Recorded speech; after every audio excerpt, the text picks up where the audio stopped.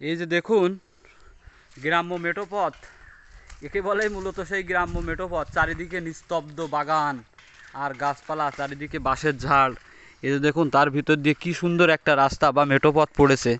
এইটাকে মূলত আমরা গ্রাম্য মেঠোপথ বলি। আর এটা কিন্তু একসময় বাংলাদেশের আনাচে কানাচে প্রত্যেকটা জায়গায় ছিল। কালের বিবর্তনে কিন্তু এখন এই ধরনের পরিবেশ পরিস্থিতি নাই বললেই চলে।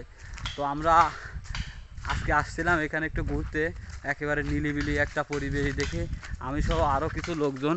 তো আসার পরে মূলত এইখানে দেখলাম যে একটা মৌমাছিতে বাসা বাঁধছে, সেটা মূলত কাটার প্রসেসটা চলতেছে।